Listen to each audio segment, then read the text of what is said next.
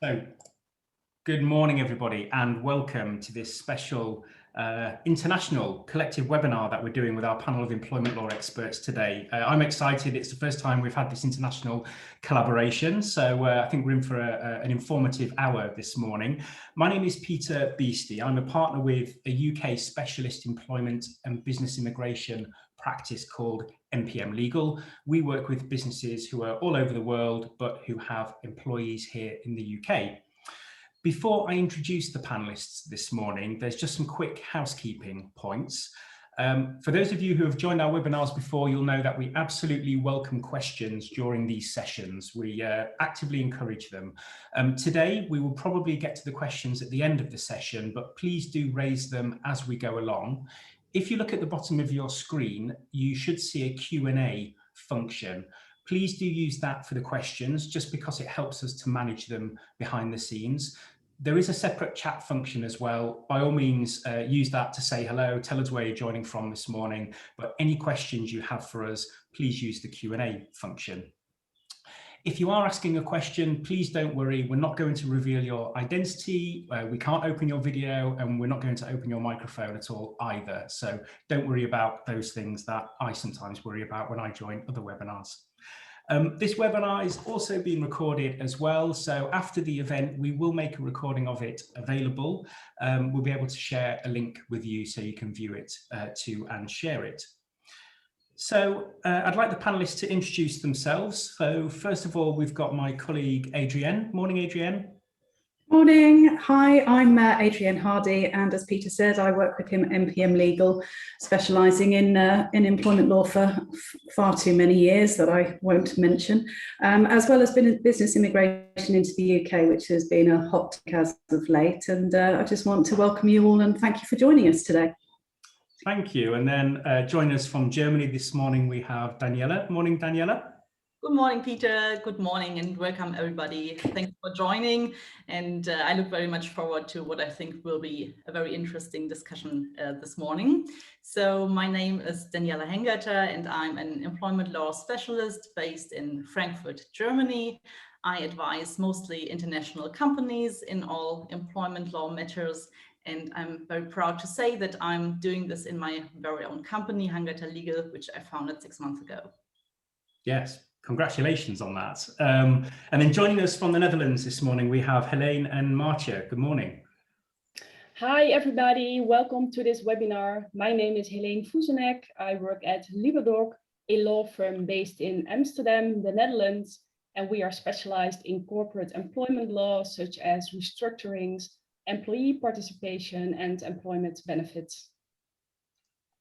Hi, and I'm Maartje Oliemans, also from the Netherlands, working at LiberDock, like Helene.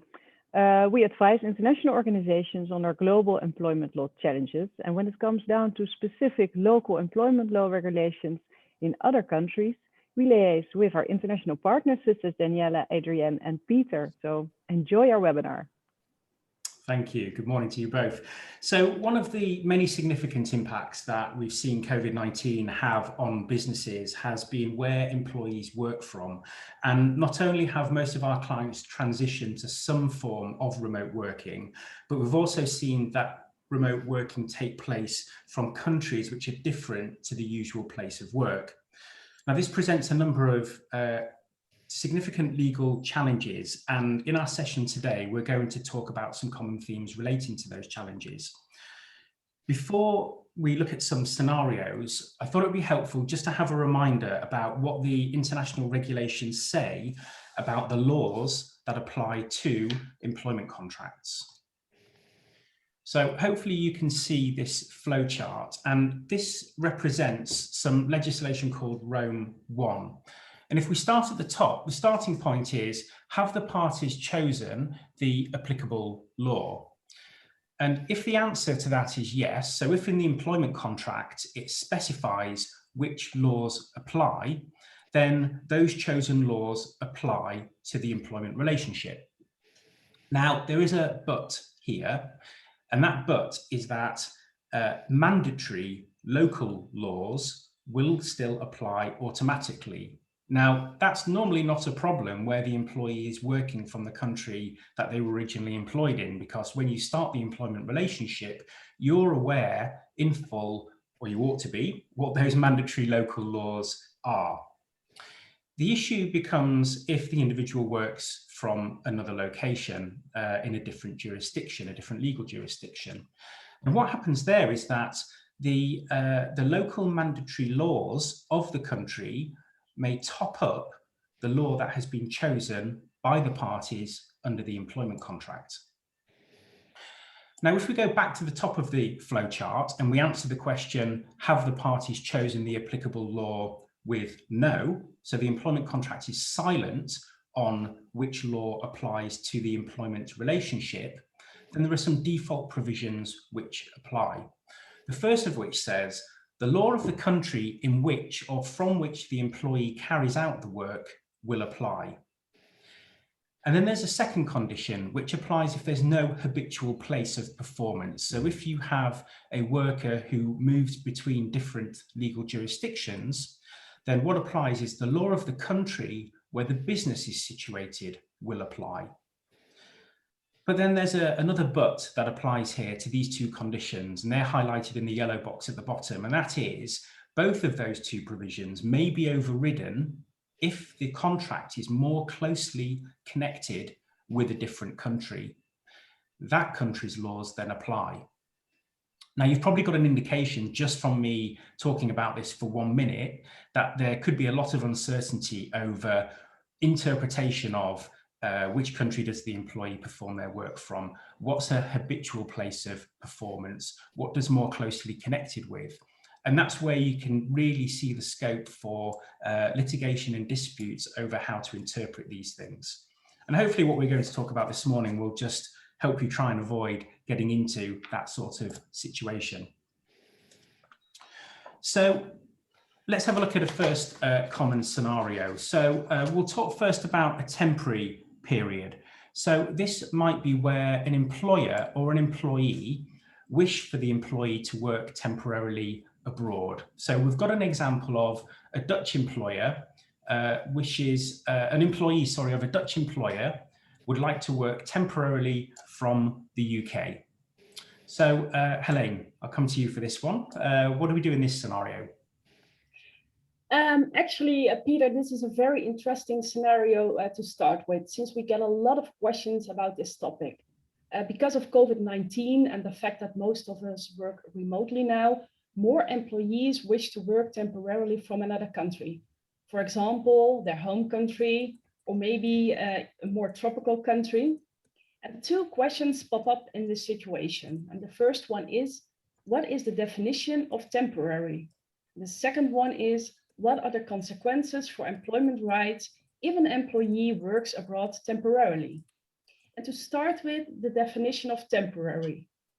Work performed in another country should be regarded as temporary if the employee is expected to resume working in the country of origin after finishing the tasks abroad. So in case of a specific task or assignment abroad, the situation is very clear. But it's not always such a situation in which the employee carries out a specific task or assignment abroad. For example, when an employee wishes to work abroad, closer to family, now that everybody works remotely due to COVID-19. And then the general rule is that it must be clear to both parties that the employee will return to that original work country.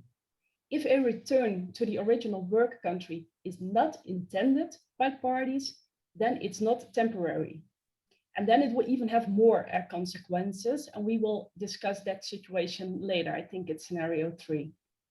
So if you, as an employer, intend to honor such a request from an employee, it is very important to agree explicitly and in writing that this is a temporary situation and that the employee will return ultimately on a specific date. Well, and then the second question. What are the consequences for employment rights in this situation? In such a case, the employment contract will still be governed by the law that parties have chosen, or the law of the original work country, as you just explained, Peter. Working abroad for only a temporary period will not change that. But in addition to that, the so-called overriding mandatory provisions are applicable as well.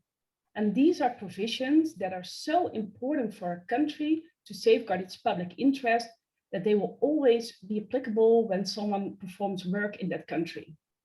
In the Netherlands, these so-called overriding mandatory provisions are related to, for example, the working conditions, the working hours, rest hours, minimum wage, equal treatment of men and women, and other regulations regarding non-discrimination. And Danielle and Adrienne, are there any other specific mandatory provisions applicable in Germany and the UK that are worth mentioning? Okay, so I'll start with that one. So for Germany, that would be kind of similar to what you just said about the Netherlands. So the overriding provisions would be also the minimum wage, anti-discrimination laws, but also special termination protection for example, pregnant employees, employees on parental leave, or severely disabled employees. And whether the provisions on working time are also overriding hasn't been decided yet. But generally anything that's monitored by public authorities and would constitute an administrative offense if you don't comply with it is considered overriding. So this would certainly then also apply to the working time rules, which are rather strict in Germany. For example, unlike in the UK, you cannot opt out of the 10 hours rule. So that's the situation in Germany, and I'm sure Adrienne can chip in for the UK. Yeah, I haven't got a lot to add to that actually, because the situation is just very similar in the UK. Okay, that's a nice, easy answer, Adrienne, I think. Let's move on then and have a look at the second scenario. So in this second scenario, what we're talking about is a longer term move, but for new hires. So the example that we've got here is an employee who wants to join a German company. So you've got a company in Germany expecting to hire somebody to work in Germany. And before the employment relationship starts, the employee says to the prospective new employer, actually, I'd like to work from my home country, which isn't Germany, but it's somewhere else. What's the situation there, Daniela? Yes, Peter, this is a scenario which we have discussed and advised on many times, and even before the pandemic. So our advice, I guess, was always the same in the situation, that we would all recommend concluding an employment contract under the laws of the home country.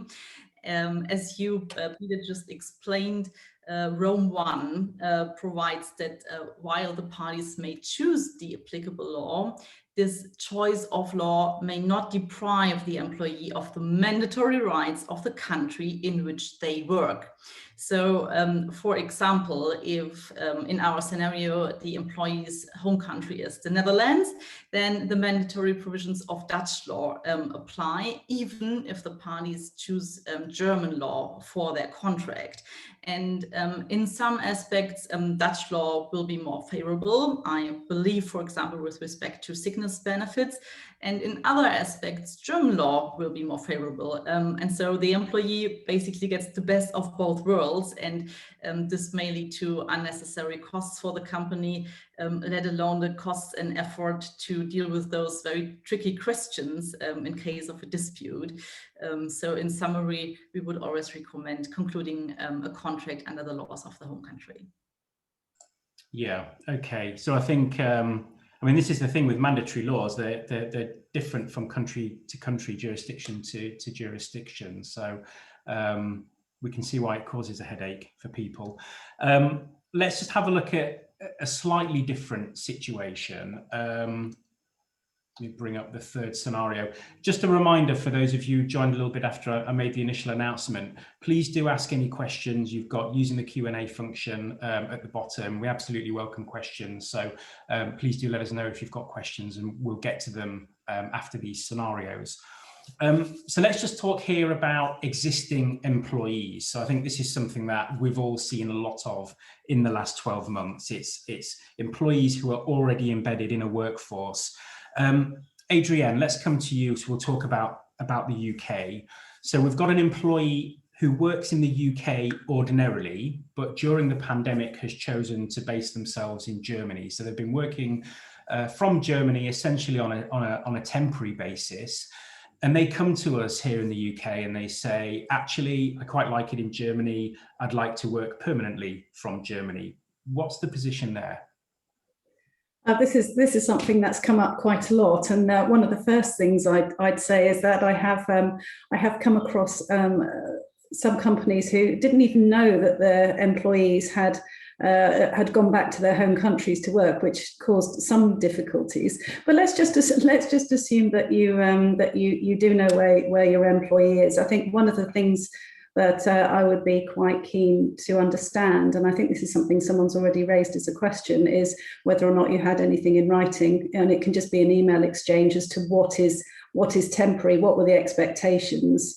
You know, did you say, yeah, sure, it's fine for you to go work from there during the pandemic, but then, you know, when it's all over, we'll be back to business as usual. So if that's, I guess that's the first point. But then if you're thinking about a switch from the temporary situation to a more permanent situation, it's kind of building on what we've been saying so far.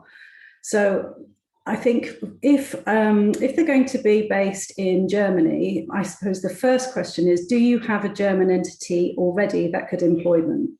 Because that is going to be by far and away the easiest route, both in terms of handling their employment rights under a contract and also in relation to the mandatory rules, so that you don't get the best of both worlds cherry picking exercise that Daniela mentioned. And obviously things like tax and social security and all those types of extra worries that you would have could be dealt with that way. But unfortunately, we're not going to cover that in this. That's outside the scope of this webinar because we're not tax specialists, but it is a big point to consider. So so if you've got a German entity, that's the easiest way to employ them. But you know, what if you don't have a German entity and you certainly don't want to get into the situation where you have to set one up in order to employ one person? Well, if that's the case, then your discussions will be around giving the employee a UK contract. So the contractual law would be with the UK, but Germany would be the place of work. And that's fine, but you must be aware that German mandatory rights will override what's in the contract. So things like minimum pay, holidays, the working time stuff. I'm sure Daniela can chip in here and fill in those gaps. Yes, exactly. As you said, minimum pay, but also, for example, termination protection would apply in such a scenario, which we all know is very strict in Germany.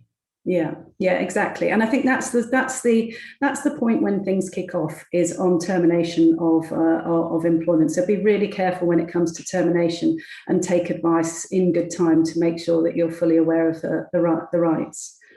But I mean, in addition to sort of the legalities of it, I think it's also very sensible to think about some of the practicalities of remote management. How's that going to work? What arrangements will you put in place if you want them to travel to the UK for team meetings or client meetings?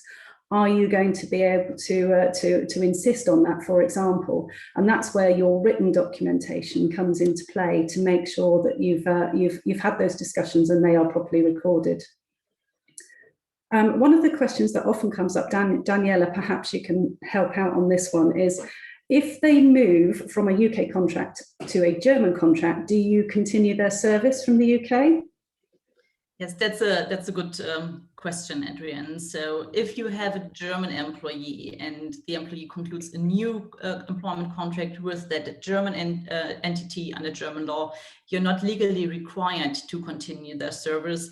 And theoretically, you could just treat them as a new employee, so to speak. But in practice, you would basically almost always honor their service and just agree that it is continued. And of course, this is even more true if the employee remains employed by the UK entity, which, by the way, is not a problem. So generally, it's not, you can just employ somebody in Germany for a UK entity.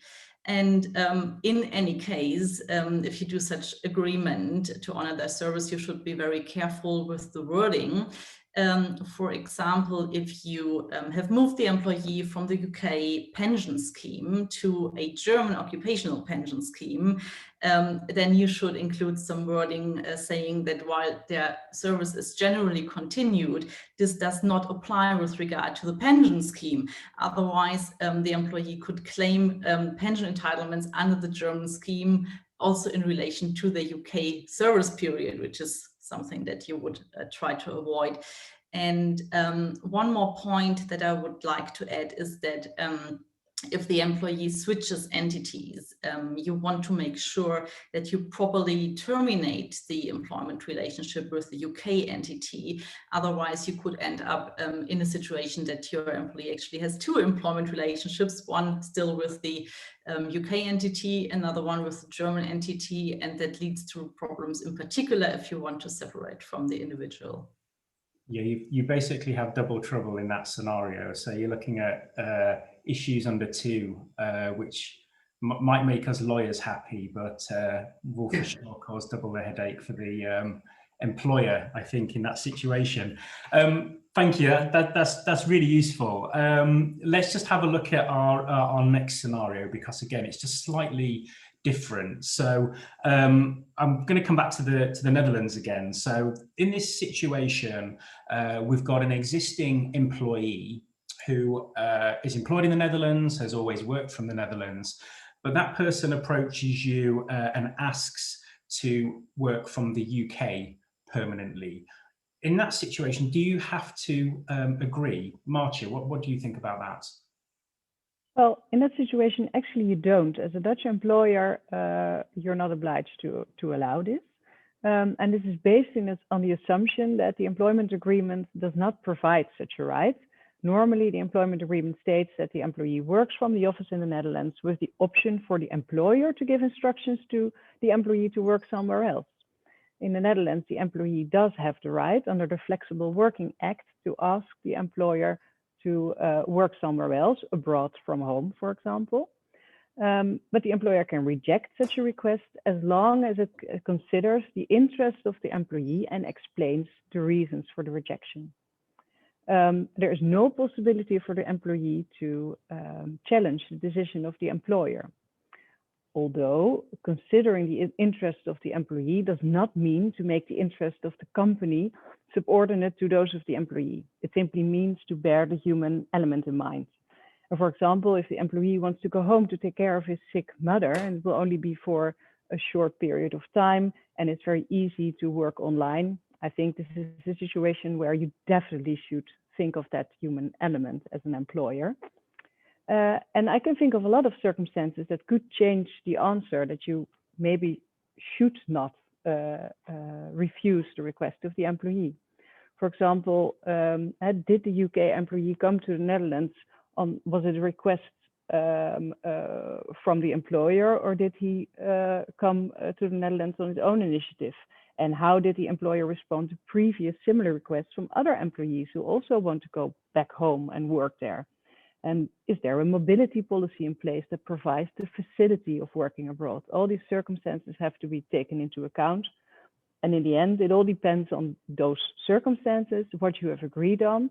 But the basis in the Netherlands is that you can reject the request from an employee to start working abroad or from home. By the way, the Dutch government might change the rules about working from home. The Working Where You Want draft bill has recently been submitted. And on this basis, a request to work from home anywhere in the European Union can only be rejected if there are compelling business reasons for the employer. And that test is much stricter than the current one. It means the employer has to agree to such a request unless it can prove that the business would really suffer from the decision to have the employee or several employees work abroad or from home. You should think of interest regarding safety, timetables, tax, extra cost, organizational issues. And if the employer cannot substantiate its interest, it will have to grant the request of the employee. Well, it's still a draft bill, so it'll be something for the future, but I think you should take this into account. Adrienne, I'm wondering how this would work out the other way around. So your client has an employee who has not been working abroad, employed in the UK, and but has told you that he or she wants to move back to the Netherlands to be closer to family. Would your employer have to agree to this? Again, no, they don't have to, and it's quite clear on that. And even though there is a method or an option for the employee to put in a flexible working request, because in the UK we've got the right to request flexible working, which was originally brought in for parents to reduce hours, work compressed hours, etc., but was extended to all employees. They can make a request under that flexible working regulations, but an employer can refuse that request provided it can be justified on one of 8 statutory grounds. For example, to agree to the request would have a detrimental impact on quality. It would make it difficult to sort out work amongst the existing employees. So a whole variety of business reasons, which in reality has historically meant that a business can find it relatively easy to reject such a request. And up until the pandemic, certainly it was a lot easier for an employer to refuse to allow an employee to work from home.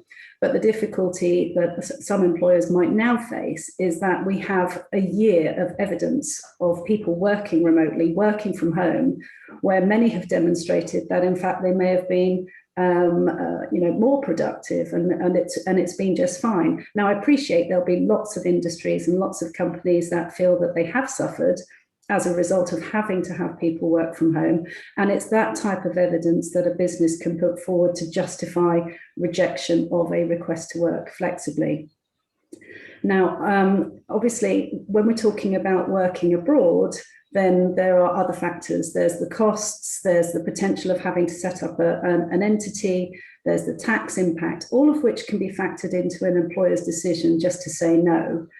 And it's also worth remembering that once an employee has put in a flexible working request, they can't then repeat it for 12 months. So,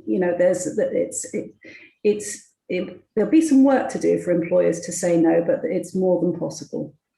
I think that's part of one of the interesting things with this whole situation when it comes to flexible working requests is that often they're made in the context without anybody ever trialing or dry running this sort of situation. And I think what we've all seen with our clients in the past year is that individuals have been forced to work remotely. And so I think it is going to be a challenge for employers to justify in some situations wanting to say no, where the employee actually has lived experience of running a particular request.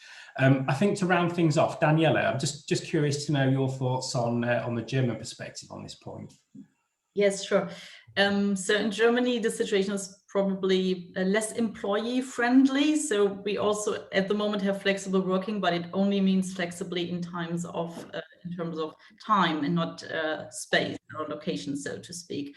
So the current legal situation is that the employee does not have a claim to work from home, let alone abroad.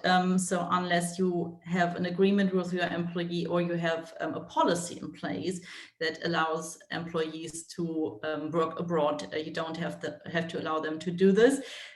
Having said that, if you have the situation that your employee has already worked somewhere for a year now, and you don't have anything in writing, this could mean that you have now an impliedly changed contract. So you actually have a clause in place that allows them to work abroad. You just don't know about it because it's not in writing.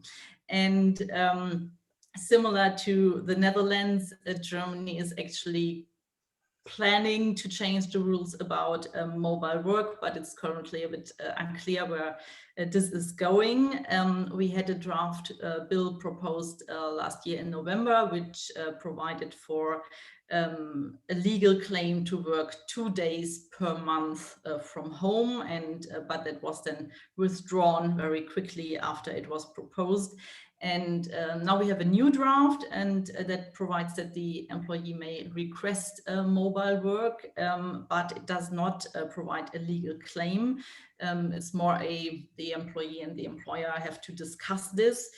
and it doesn't say anything specific about working abroad. So this would be just subject to the discussion between the employer and the employee. And I would like to come back on what you just said, Peter. So even though the employee may not have a legal claim to work abroad, you may be just losing that talent if you don't try to accommodate their requests. So after all, it's probably also a commercial decision and not only a legal question whether you allow your employees to work somewhere else.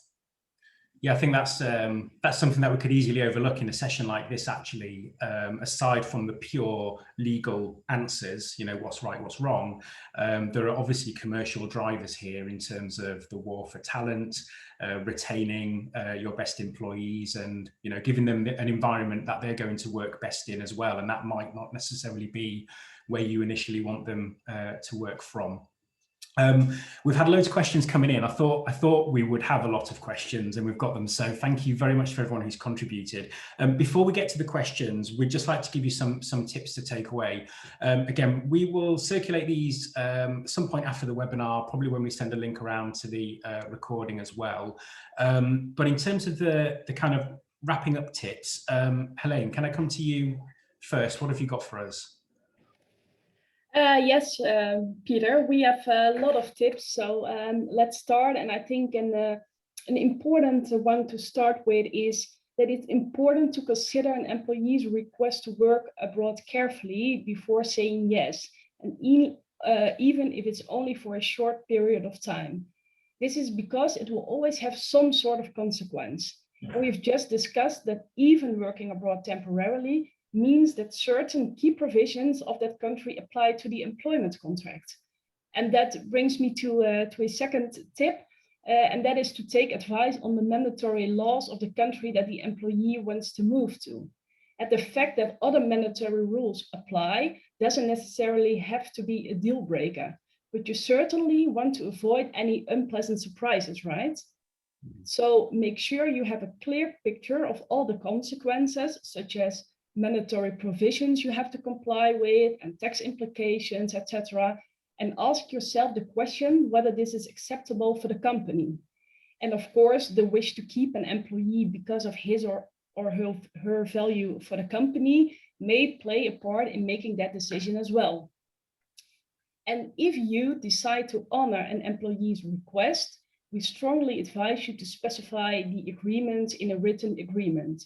For example, the specific period of time they will be abroad, but you can also make arrangements about the joint cooperation while he or she is abroad and the return of the employee. So Peter, to recap, for all our attendees, make sure it is a well-considered and well-informed decision and ensure that a clear agreement is in place. Yeah, I think getting things down in writing when you're dealing with fundamental contractual stuff is a golden rule for us all, right? Yes. Because we've all seen those situations where a client says, well, we can't produce anything that talks to what we agreed a few years ago, and it can create a problem, can't it? Thank you for those. Daniela, what have you got for us? My top tip would be to be particularly careful when things come to an end and you want to terminate the employment relationship, because many countries have very strict termination protection laws or have very strict or funny form requirements. For example, you may have to obtain an approval from a local authority. You may need to involve the Works Council or the like. And if your employee has moved across entities, then it's very important to check how many employment relationships you still have and with which legal entities. And it may then become necessary to actually send several termination letters from different legal entities. And of course, if you conclude a mutual agreement, then you want to make sure that it covers all potential entities.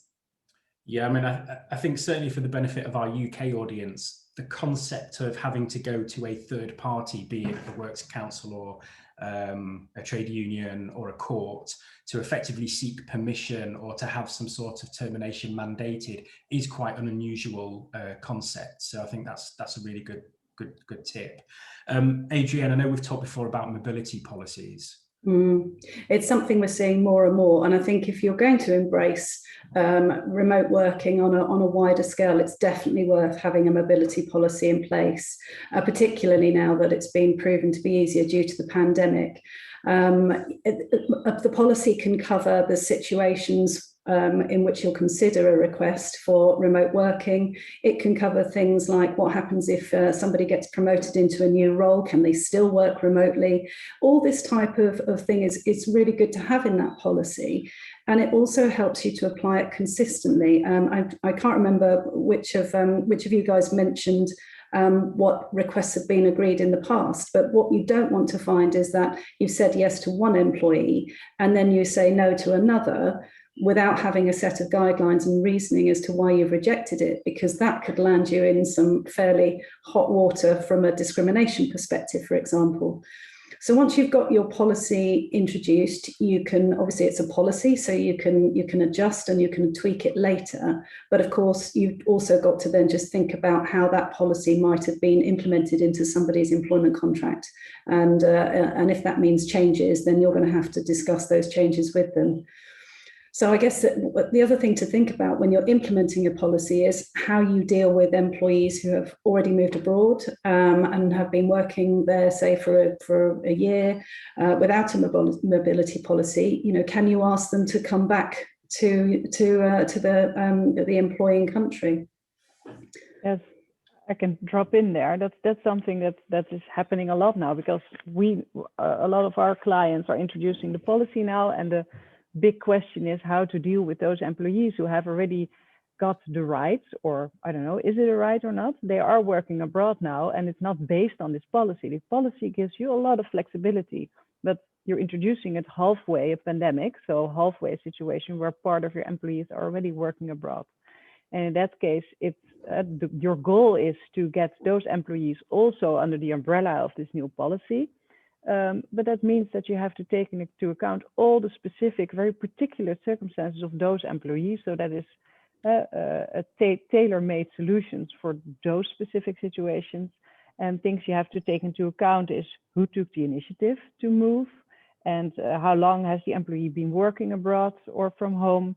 Does the distance create any problems? So if, in fact, it has not been very productive, you can easily say as an employer, well, this is not working out. You now have to follow the rules of our policy, etc. That would be a good argument. But if it's very effective and others are not allowed to move abroad based on the policy, well, you do have a different situation for this specific employee. So when making the policy, also look at the actual situation at this moment. Are there already a lot of employees working abroad, and how do you deal with those? Yeah, good points. Good points. We've covered tax and social security. We've mentioned that, but I mean, let's face it, this couldn't be a true European webinar without mentioning the B word. Brexit. So I'm just going to chuck in at the end, which is something outside the scope of this webinar, because it's a whole topic on its own, and that's obviously the immigration issues, which you would also have to consider looking at before you agreeing to employees working elsewhere. Something else that can also be covered in your mobility policy. Yeah, I thought we were going to make it all the way through without the B word. Yeah, I thought I'd save it. I thought I'd save it and throw it in there. Yeah, I mean, that's a particular relevance to our UK audience, of course, because we don't have free movement of EU workers into the UK anymore. We've had significant changes to the immigration regime that have come into force in the past few months as well. So that certainly adds another layer of complexity for us. Okay, let's get into some of the questions. Before we answer them, I just wanted to mention that I think our respective companies, we've all got LinkedIn profiles. I think if you want any more tips from us, we're all active in terms of posting content that we obviously think is going to be useful and beneficial to you. So please do seek us out on LinkedIn and connect with us on there, and look for our company profiles on there also, because you never know, we might have some useful information particular to your situation for you. I'm just bringing up these questions, so thank you to everyone who's contributed. First question we've got is, what if the chosen law changes in either country? Does the employee automatically benefit from the better law? So legislative change. Do I have any volunteers to answer that question? Daniela, fire away. I volunteer for that. So whenever you agree on a law, whenever a law applies, it's never static. So it's always dynamic. So when the law changes and it becomes more favorable for the employee, then he or she automatically benefits from the better law. Yeah. Yeah. So yes is the one word answer to that question, isn't it? So thank you. Another question. What? Sorry, actually, let me just clear that.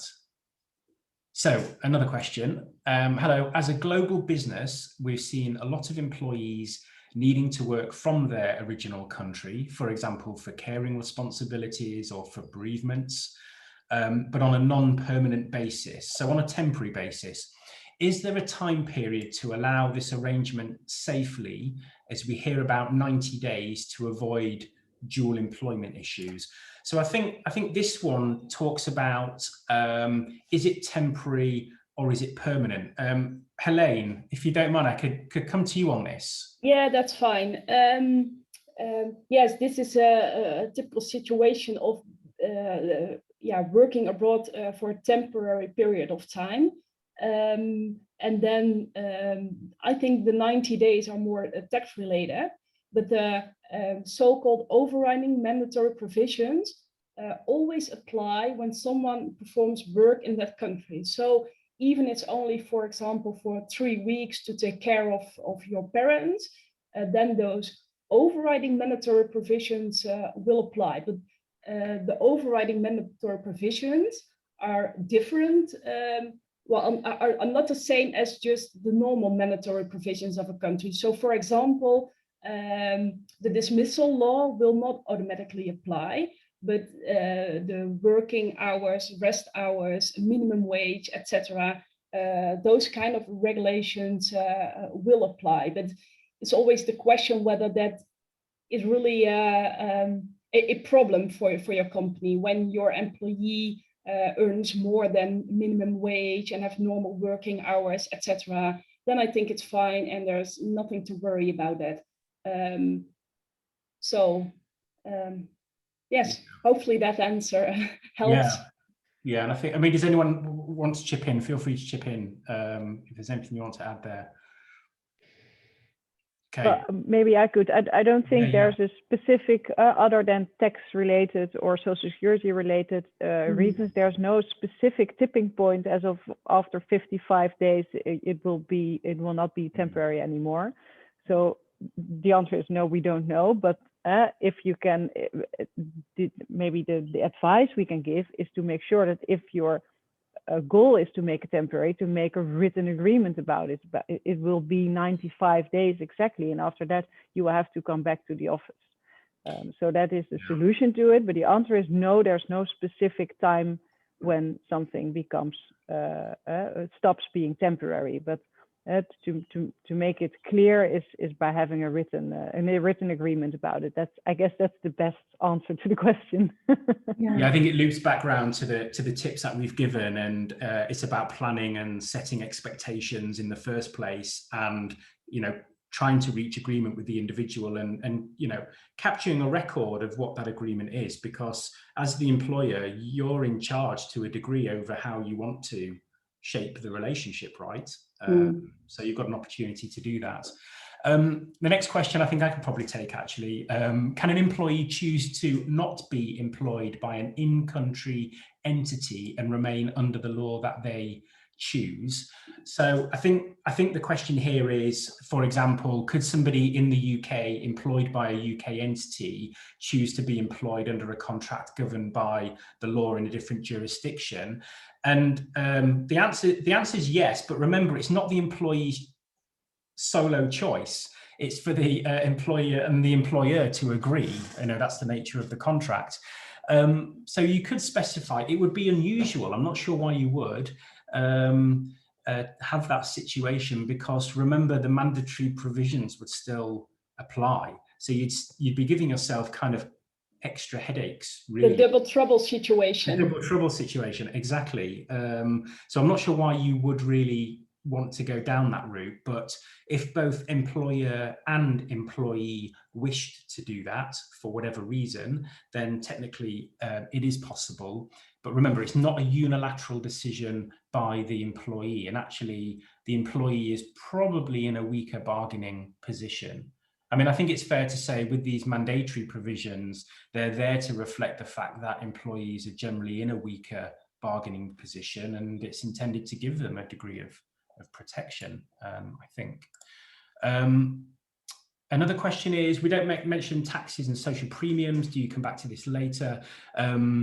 No, not really, because they're outside our area of expertise, and I won't shine the spotlight on anybody and say, please answer some tricky tax questions. So yeah, that's outside our remit. But what we do know is that they are valid considerations. You do need to know what the tax and the social premiums, the social security situation is for your own particular scenario. So you absolutely need to factor that into your planning and decision-making process. And I think it's safe to say that we're all liaised with tax specialists in our own country. So obviously we are very well able to advise you and help you, but we'll have to contact the tax specialist for you. And we have had these questions several times in this context. So the answers are ready, but they're not coming from us. Yeah, absolutely. Yeah, that's a good point. Another question just on how long temporary can be. Can it be over 6 months or a year? Which we've essentially answered. There's no rule as to where a tipping point sits. It's context specific. Go ahead, Daniela. I wanted to add something to that, because I actually did some research on that question when the pandemic was about half a year, so to speak, and at least that's the situation in the German legal commentaries, but I suppose it would probably apply in other countries as well, because in the essence it's about Rome 1. I mean, there's no clear cut deadline, so to speak, but generally it can be, they said, up to 1 year, or other voices even said up to 3 years. It's just a very important point, that you have to make sure that it's temporary, because the person will come back. And this is what we stressed earlier, that you have to have an agreement in place with your employee that this is temporary. And so it can be, you can have a temporary arrangement for 2 years, but you have to make sure that the person comes back in the end. Yeah. And I'd just like to chip in here as well, because there may be quite a few people on the call having a bit of a panic, thinking that they don't have a nice, swanky signed agreement that sets all this out, signed by both parties, in place right now, where they've had a bunch of people go, I'm going home to work, is that all right? I would suggest don't panic, because anything like an email, which is, it's fine for you, yes, that's fine, when we get back to business as usual, etc. If you've got any emails which basically have the intention, or you've said outright that it's a reminder that your place of work is the UK and hopefully we'll come back to business as usual, I would certainly argue that that's sufficient evidence to show an intention that the employees must return. If, however, it's been an open question, can I go work in Germany? Yeah, that's fine. That's probably going to be where you'll end up in a bit of a dispute. But again, it's about discussing it with the particular employees and starting to talk to them about bringing them back. But I think anything that can give an indication that it was only a temporary state of affairs because it was COVID related, that's going to be better than nothing. So don't panic. Yeah. Good advice. Don't panic in this situation. We're all here to help, right? We've got a question just saying, does what we've talked about today mean that we can offer a contract in a country where we have no legal entity? The answer. Take that one. Well, yeah, I said the Yeah. answer is yes, but please The explain. the answer is yes, with probably some caveats. Yes, you can, and we had one of our scenarios where we suggested that you might have somebody employed under a UK contract with their place of work in Germany. My only caveat, and I don't know the answer to this, is that there are certain countries that require you to set up a legal entity, a corporate legal entity, if you have more than a certain number of employees or they work there for a longer period of time. I don't know which entities there are, but that's a question to ask at the time when you're doing it, along with all the tax and social security questions that should be asked as well. Okay, thank you. Just another question on, is there a limit on the number of days someone can work in a different country before tax and employment law obligations kick in? I think we've talked. Can't answer the tax, sorry, as we've said, not tax advisors. But I think in terms of the employment law obligations, it's coming back to what we've said. Mandatory rules can apply from day one, and be particularly careful around about termination. Yeah, then only the so-called overriding provisions. So yeah, but that's true. Yeah. Yeah. And I'm also not a tax advisor, obviously, but I think for tax it's 183 working days that you can are allowed to be in a different country without changing tax, so to speak. But it's then different again for the US. So with tax, I think you have to be particularly careful and seek tax advice. Yeah, I think our insurers will all thank us if I say, please don't rely on this for a specific scenario you have later this week or next week.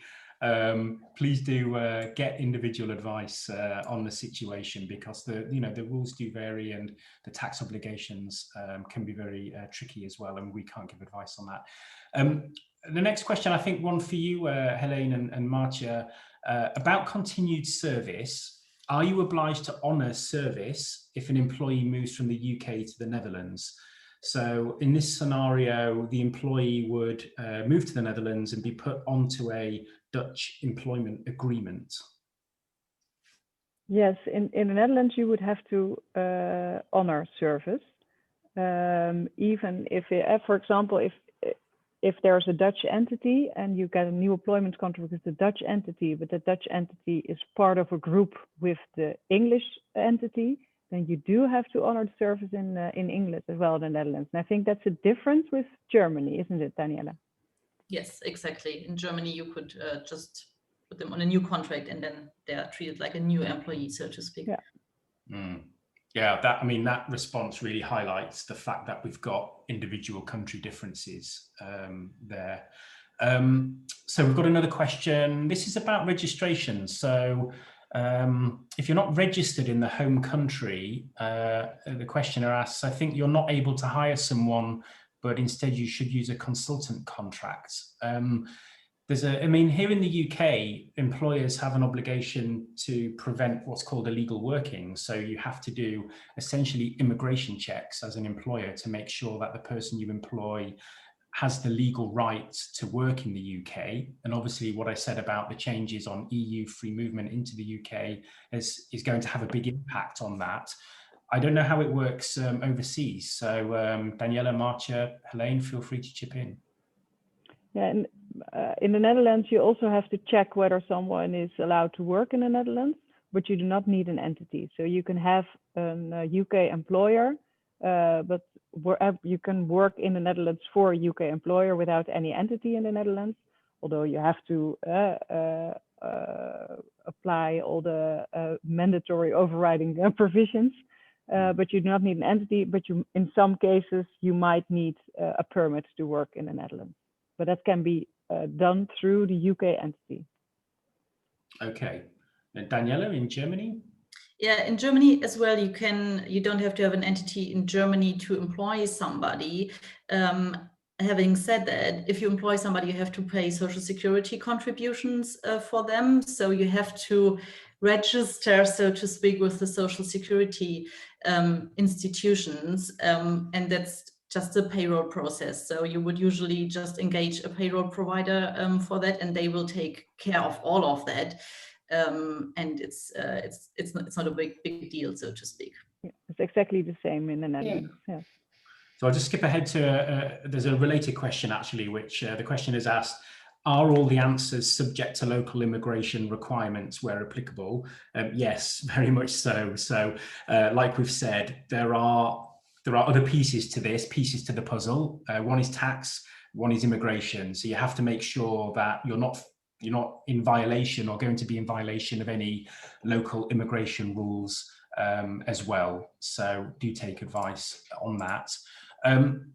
If an employee wants to move to another country, can we or do we need to change their salary to adjust it to the market in the new country? Adrienne, do you want to chip in on that? Oh, I'm so pleased you came to me, because I think this is a cracker of a question. I really do. I think it's a really interesting one. I mean, it's like any contract. It's an agreement between the parties. So it's down to you as the employer to decide what it is you want to offer the employee, and whether they want to accept it, because ultimately there's a perfectly good contract in place already. If the employee wants to move overseas, then it's up to you as the employer to go, okay, that's fine, but I'm going to decide what terms I'm going to offer employment to. So say, for example, they're on a London rated salary in the UK and they are going to work somewhere where the salary levels wouldn't be as high. Absolutely, it's open to you to say, fine, we'll offer you a job to go work in that country, but it will be at market rates. And then it's down to the employee to decide whether or not that's something that they want to do. Yeah, absolutely. And I think, of course, there's the proviso that you need to make sure you're paying, so you're not falling foul of any mandatory local laws about salaries. Yeah. Oh, I'm sorry. I just want to jump in and put one caveat there, because I think somebody asked this somewhere else and I saw it in the questions.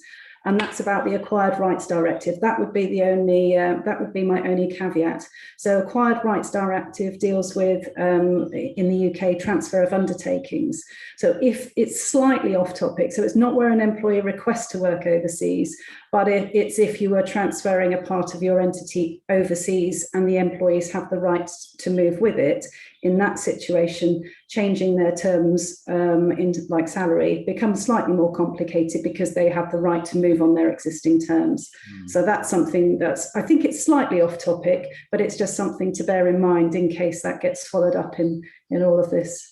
I think the other thing that I've encountered as well is that in some countries, Spain, Italy, there are agreements with trade unions and works councils that specify mandatory rates of pay for certain occupations as well. So you probably have to look into that and make sure you're not falling foul of those rules also. Okay, thank you for that question. Someone's commented just to say it's interesting that the Nationwide Building Society, which is a large financial institution in the UK, have announced staff can work from anywhere, and I wonder if that will be the case in reality. Yeah, I think we wonder that as well. It is possible, but obviously if all of these challenges that we've talked about are addressed. So it can be achieved, but it depends how much work the company want to put into making it a reality. Question from Kira: if we're employing someone on a UK contract, but Germany as the location with no German entity, how would you pay them? Daniela? Yeah, happy to answer that. It's not too taxy. So it's you would pay them in euros because there's a rule in German law that remuneration has to be paid in euros, and you would make it through normal payroll. So engage a payroll advisor would be the top tip here, so to speak, which takes care of all the social security contributions and deducting wage taxes, etc. It's theoretically possible that you agree on the salary in British pounds in the contract, but you have to pay it in euros. So you have to make sure that you also agree on an exchange rate. And then it will probably be a discussion with the employee, which rate you apply. Will this be the rate at the last day of the month when the salary is actually paid? So this can lead to discussions. So my advice would be to agree on the salary in euros in the contract. Okay. I'm conscious of time. We were due to finish at 11. We've just got 5 more questions. Are you all okay to stick around and we'll just try and get through these last 5 questions? Yeah, great. Let's just try and answer these before we conclude the webinar. As a UK-based company with only a footprint in France, we have an employee who wants to work abroad. So I'm guessing an employee from the UK who wants to go and work in France. Are we governed more by tax, social security and immigration law than employment law as the larger issue? Adrienne, what do you think about that one? I think tax is a huge driver. I agree with that, but I also think knowing the French employment laws, I think it's something that's massively important. And I think what this highlights is that it's not a simple case of yes, it's fine, but there are a bunch of questions that need to be asked first. What are the employment rights? What's the tax consequences? Do we need to have a local entity? What are the immigration rules? And those are your 4 key areas, in my view, that are necessary to explore before you simply say yes. Okay. Just a question again about the social security of the country where the employee works. I think we just say take advice on that at the time. It is a factor that has to be taken into consideration. Another question just on what's the time frame on temporarily work for Germany, which I think you've answered already, Daniela. Yeah, but I've answered it the other way around. So my answer was if you're going from Germany elsewhere, and that was it can be up to a year or even maybe up to 3 years, according to some authors in legal literature. It's important that you make sure in your contract that it's only temporary and the person will return to their original country, so to speak. Yeah. Okay. So I think sorry, go ahead, Helene. No, it's not really so black or white. It's all about the intention of the parties, and well, if that's really a discussion between parties at a later stage, then you have to prove your intention that it was only temporary. So it's indeed not really about 6 months or 9 or 1 year. But well, we all can imagine when it's more than 3 years or 4 years that at some stage it's not temporary anymore. So it can change along the way. The intention may be that it's temporary, but at some point, so a specific date in the written agreement would be perfect, or summer 2022 or something. But if that's not possible, then stay keen on the temporary period and on the intentions of both parties. Yeah. Okay. Just 2 final questions then. So we sought advice previously, not from MPM, for you, on how to hire a permanent Slovakian employee located in Slovakia where there's no legal entity. We're informed it could not be done unless they move to a country where we do have a legal entity. Did I hear you say this can be done by hiring through a UK company, but seeking advice on provisions for that country? I can jump in here because I think I was the one who said it.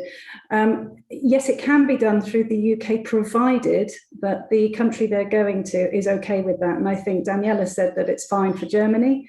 And it may well be that Slovakia is one of those countries where it's not fine. So coming back to my 4 areas that you need to check out first before you say yes: the employment rights, the tax, the immigration, and whether or not you need a corporate entity in that country. That may well have been the reason why you were told no, because countries just differ in terms of what they require. And as I said, some countries say it's fine for you to have 1 employee here, but say if you get to 5, then you have to have an entity.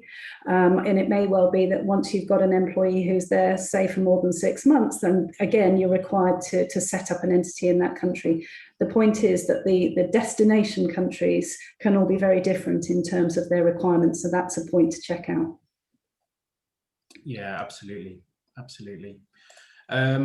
So just one last question. I've not had this situation, but what happens if someone refuses to return to a country hired into, but does not resign and there is a business reason to have the role in that country, could this be a fair dismissal? So I think we kind of talked about this scenario. We're trying to get somebody back to their country of origin, but doesn't want to. Where does that leave the employer? Shall I go first? Yeah, go ahead. Yeah. So again, let's look and see what we've got in writing. Do we have anything in writing to say that it was temporary with the expectation that they'd come back? If they refuse to do so, then under the situation in the UK is that you could be arguing that they are refusing to obey a lawful management instruction, which is a disciplinary offence. I mean, that's properly going in with a big sledgehammer to give them that threat, because that could be gross misconduct if they then refuse to come back. Probably in reality, what would happen is you would have a sensible conversation with the employee. You would be taking advice both in the UK and in the country where they were then based, just to make sure that if you did go down the route of termination, you weren't going to end up with a hefty bill for compensation. And you would probably reach some kind of agreement with them. But a lot of it is going to be based on what evidence you've got in place to demonstrate that they knew and you knew that they were going to be coming back. Yeah. Daniela, Marcia, Helene, anything to contribute from a Dutch or German law perspective? Marty, go ahead. No, it's actually exactly the same advice I would give to Dutch clients. Yes. Yeah. Same over here, nothing to add. There we go. Consistent, a unified pan-European approach. I'm sorry, I think we need to leave it there. I know there might be just a couple of questions we haven't got to right at the end, but thank you to everybody who participated and submitted the questions. Hopefully you found this session today really useful. As a reminder, we will circulate some information after the event. We'll make the recording available as well. Please do look out for future invites. I mean, I very much hope we can do an international session like this again. So on behalf of all of the panelists, thank you for joining us today. Thank you to the panelists. Enjoy the rest of your week, and we'll close the webinar off there. Goodbye. Thank you, everybody. Thank you. Thank you. Bye.